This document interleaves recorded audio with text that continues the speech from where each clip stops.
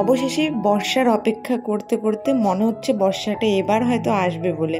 আজকে 2-3 দিন থেকে কন্টিনিউ বৃষ্টি হচ্ছে, আর আজকে ওয়েদারটা মানে অনেকটা গরমটা কমে গেছে। মানে এর আগে যেরকম হয়েছিল প্রচণ্ড বৃষ্টি নামলেও গরম একটুকু কমে না, কিন্তু এখন একটু কমে গেছে। সো গুড মর্নিং এভরিওয়ান, নতুন আরও একটি ব্লগে সকলকে অনেক স্বাগত, ভালোবাসা নিয়ে আজকের ব্লগটা শুরু করছি।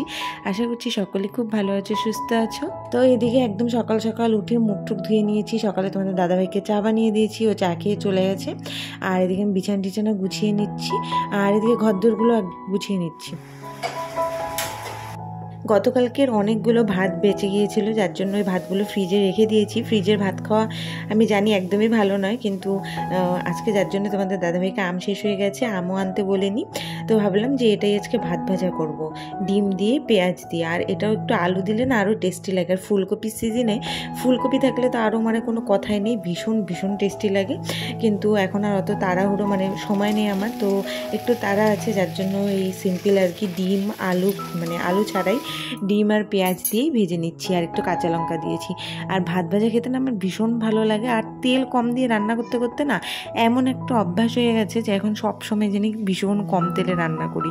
তো এরই মধ্যে তোমাদের দাদাভাই বাজার পাঠিয়ে দিয়েছে। আর চিংকিকে দেখে না আমার ভীষণ খারাপ লাগছিল, ওর এত খিদে পেয়েছে আর ওর এক পিসও মাছ ছিল না ঘরে, তো মানে ভীষণ খারাপ লাগছিল। তো আমি আমার খাবারটা রেডি করে রেখে দিয়েছি, ভাবলাম না ওর মাছটা ভেজে তার মানে ওর মাছটা আসুক তারপর ওকে খেতে দিয়েই খাবো। তো এদিকে দেখো চিংড়ি মাছ এনেছে, তার সাথে এনেছে 3টা পাবদা মাছ, আর এদিকে চিংকির জন্য এনেছে আর কি বড় রুই মাছ আর কি। তো ওর জন্য আর কি এক পিস মাছ আমি তাড়াহুড়ো করে ধুয়ে নিচ্ছি, ধুয়ে ভেজে নিচ্ছি। আর এদিকে দেখো গলদা চিংড়ির সাইজগুলো কিন্তু বেশ বড় বড় সুন্দর।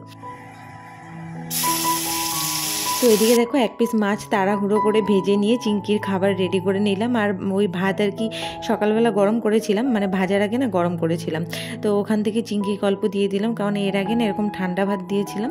তো তারপর ওর চোখে একটু প্রবলেম হয়ে গেছিলো। তারপরে আমি ইউটিউবে অনেক ভিডিও সার্চ করে দেখলাম যে বিড়ালদেরকে ঠান্ডা খাবার দিলে নাকি ওদের চোখে সমস্যা হয়।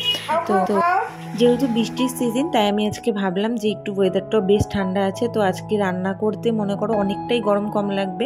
মানে প্রতিদিনের তুলনায় গরম একদমই লাগছে না, যে সেটা বলবো না। আমার তো মানে প্রেগনেন্সির পর থেকে গরম মানে কয়েক গুণ যে বেড়ে গেছে আমি নিজেও জানি না।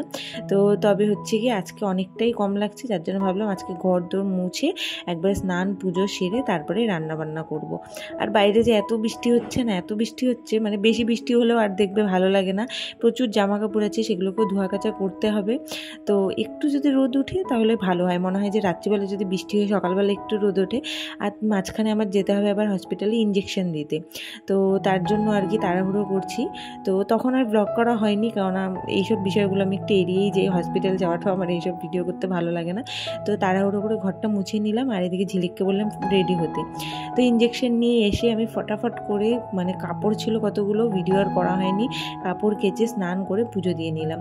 আর এই যে তোমরা কেউ কেউ কমেন্ট করেছিলে যে নিচে খাবার দেওয়ার কথা, তো এটা নিয়ে তোমাদের দাদা ভাইও বলে আমার মাও বলে, তো ঠাকুরের থালা গ্লাসগুলো নিচে দিই। আর সেটা না সিংহাসন থেকে দেখতেও কীরকম লাগে, মনে হয় কি অনেক নিচুতে। তো এই মানে পিড়ি টাইপের জিনিসগুলো, পিড়ি জলচকি যাই বলো, এগুলো অর্ডার করেছি। তো এরকম 6টা অর্ডার করেছি, মানে এক একটা প্লেট গ্লাসের জন্য এক একটা করে। তো দেখতে বেশ সুন্দর জিনিসগুলো।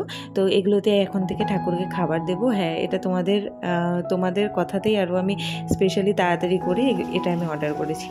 তো পুজো টুজো সেরে এদিকে চলে এসেছি আমি রান্নাঘরে। আর এদিকে মাছ টাছ মানে বাছা ধোয়া কিচ্ছু হয়নি, এগুলো এখন তাড়াতাড়ি করে সব করতে হবে। পাবদা মাছগুলো কেটেই নিয়েছিল, মানে এনেছিল, তো সুরগুলো যে ছিল মাথার ওগুলো কেটে নিচ্ছিলাম। আর এদিকে চিংড়ি মাছের পিঠের উপরে না একটা দেখবে কীরকম একটা টাইপের থাকে, মানে এটাই আর কি আমি একটু কেচি দিয়ে কেটে কেটে বার করে নিচ্ছিলাম, কারণ তোমাদের দাদাভাইয়ের নাকি দেখলে ভীষণ ঘৃণা লাগে। তো ওটাই করতে আমার অনেকটা সময় লেগে গেছে। আর তারপরে এদিকে শিঙি মাছ রান্না করব, সেটাও বড়দিকে বললাম একটু কেটে দিতে। আর আজকেও বেচারা শিঙি মাছ কাটতে গিয়ে শিঙি মাছের কাটা খেয়ে গেছে আর কি। তো এটা আলু দিয়ে করব, একটু অল্প মশলা দিয়ে করব। শিঙি মাছটা একদম প্লেন ঝোল করব।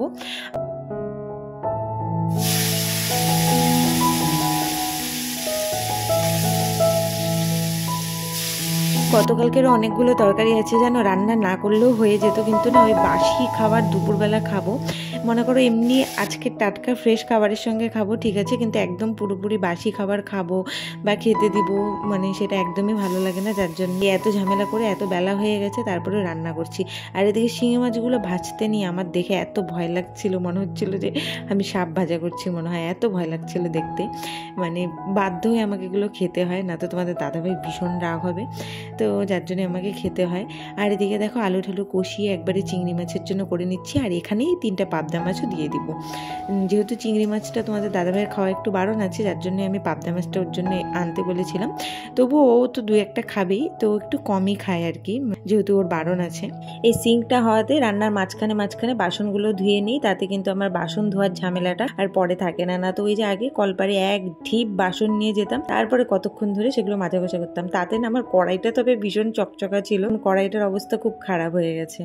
তো এদিকে তারপরে লাস্ট আমি এদিকে শিঙি মাছটা বসিয়ে দিয়েছি। শিঙি মাছটার মধ্যে মানে একদম অর্ধেক একটা আলু দিয়েছি একটু কেটে, আর ওই একটু জিরার গুঁড়ো দিয়ে একদম হালকা পাতলা করে এটা করে নিচ্ছি, একটু হালকা হালকা একটু ঝোল রাখবো।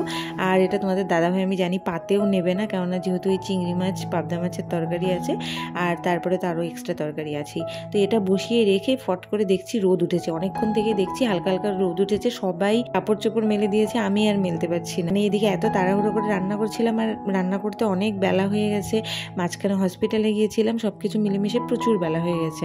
তো যেহেতু একা হাতে কাজ সব করতে হয়, এখনো পর্যন্ত আমাকে একা হাতেই সব কাজ করতে হয়, তো যার জন্য মনে করো মানে একদিকটা সামলালে আরেক দিকটা এরকম অবস্থা। আর এই যে এইদিকে এক ঢিপ যে কাপড়, এগুলো সব কিন্তু স্নানের আগে হসপিটাল থেকে এসে কেচেছি।